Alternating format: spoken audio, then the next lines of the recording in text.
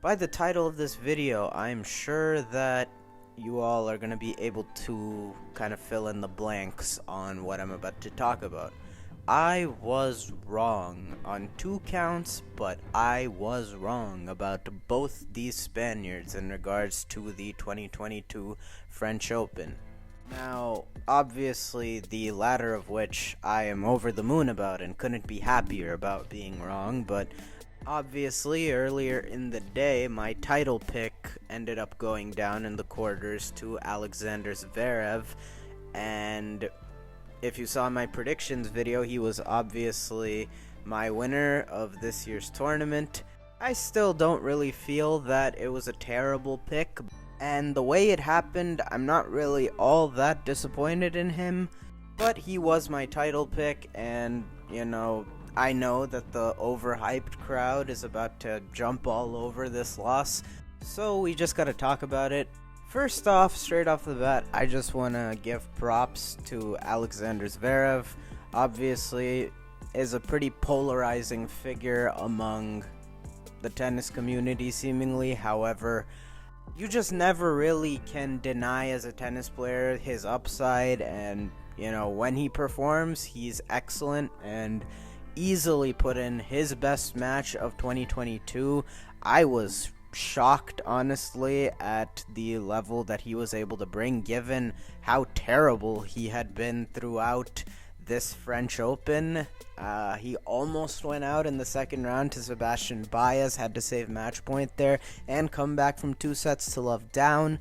And even in his fourth round prior to the quarterfinals, he was absolutely awful against Zapata Miralles.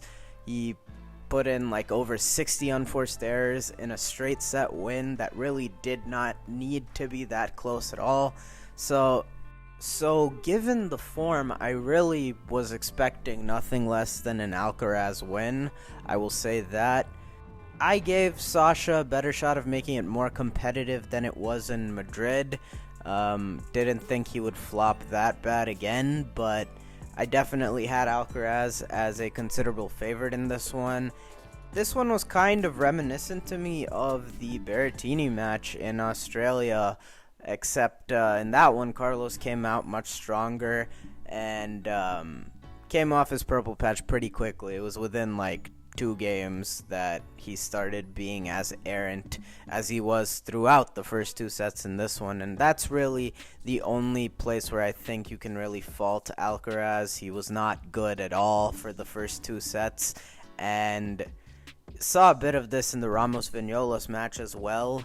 That one was a match where I was kind of forced to reconsider, but he was so brilliant in his next 2 matches against Korda and Khachanov that, those concerns were kind of alleviated. But I was beginning to think then, it's like maybe Carlos, still has some growing pains to work out on clay at least. Obviously, he's still an excellent player on the surface, but I do feel like, when he had days like this and the Ramos-Vignolas match where, his just persistence to constantly be attack-minded could be eased a bit, Early on throughout this one, Alcaraz was missing a lot of regulation balls you don't typically see, and Sasha really did a great job of absorbing the Alcaraz pace even when he was connecting on a couple of those big blows. He has the capability of doing so, being, so lanky yet such a great mover. It's really hard to open up the court against him, and it did seem that a lot of the time that was frustrating Alcaraz in the opening stages of this match. But at the same time, Alcaraz just had to start out better. The story of this match pretty much was subpar, way below par for the first 2 sets from him, and he really was able to steady the ship for the next 2 sets. But in this case, unlike the Berrettini match that ended up getting to a 5th set, it was too little too late to even get it into a 5th. He definitely could have benefited from a better start. Could have started playing with, just a bit. Zverev, a lot of the times when his opponent is off in the beginning, you could see Zverev, kind of be complacent and not really take advantage of that. And in this match, he certainly did that. He still had his moments of tightness, no doubt. The first one being when he served out the second set. I really think Alcaraz should have broken him there. He was tight as a drum, but Carlos was just unable to take advantage. Many a time, in my opinion, Zverev's serve came up so big for him, and he served terrific throughout this match. Alcaraz really had trouble reading it for stretches of this match on end, even once he started playing better. I don't really think I've seen someone be able to just bank on their serve on Chatrier the way Zverev did for stretches of particularly the fourth set, when he just had to weather this Alcaraz storm coming at him, because quite honestly he was being outplayed from the baseline at that point. But for a good portion of that fourth set, he was able to keep it on serve on the back of his first serve just being so effective. And then we get to the tiebreak. The tiebreak was just, I was shocked. I was stunned considering Zverev's scar tissue in majors. I never really ruled out even an Alcaraz comeback at 2-0, and it certainly looked that way with how that tiebreaker was going. Carlos had back-to-back huge winners that put him up 4-3 with the mini break. And this was a great tiebreak throughout from both guys. Zverev came up with a really nice backhand pass, I believe, to get it to 4-all. Got to 5-all, and Alcaraz came up with just this incredible backhand up the line. The set point, Zverev did make him play and eventually got a backhand error out of Alcaraz. But beyond that, Sasha just did a tremendous job. Really just constantly kept the pressure on Carlos to come up with the goods.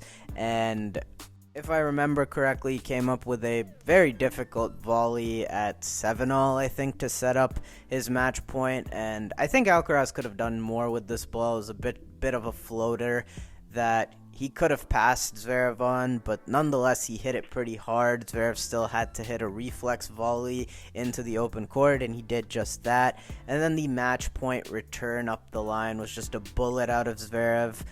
I do think Alcaraz could have approached this match a bit different tactically. Sasha, as great a backhand day as he had, that wing was an absolute rock, as it typically is.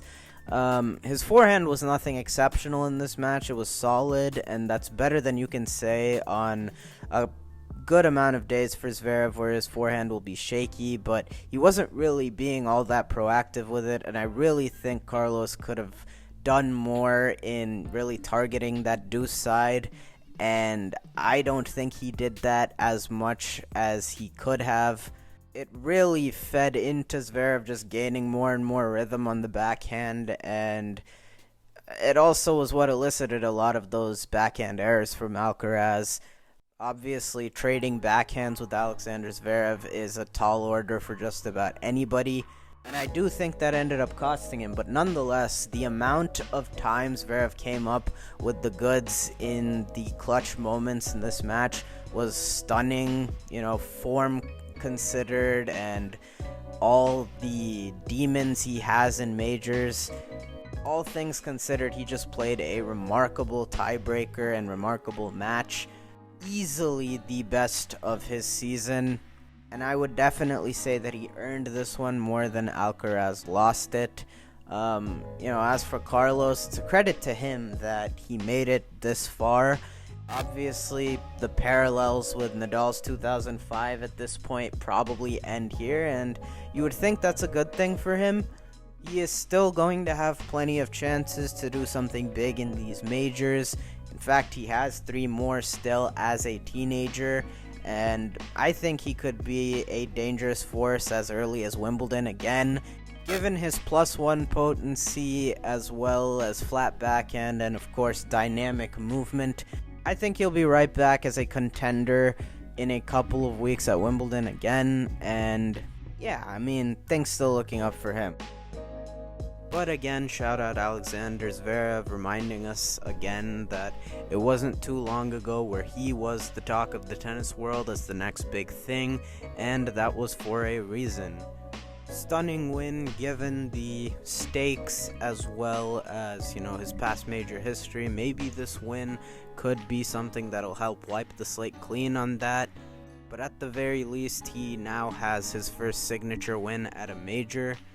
This was one that sucked to get wrong, but hey, I'm not complaining given how the other one went. Anyways, thank you all for watching. Again, if you made it to the end of the video, I appreciate it for watching. I hope that you enjoyed. If you did, it would be much appreciated if you could drop a like, help this video perform better in YouTube's algorithm, and subscribe to the channel if you're not already. Thank you again so much for watching. I appreciate it, and of course, I will see y'all in the next one.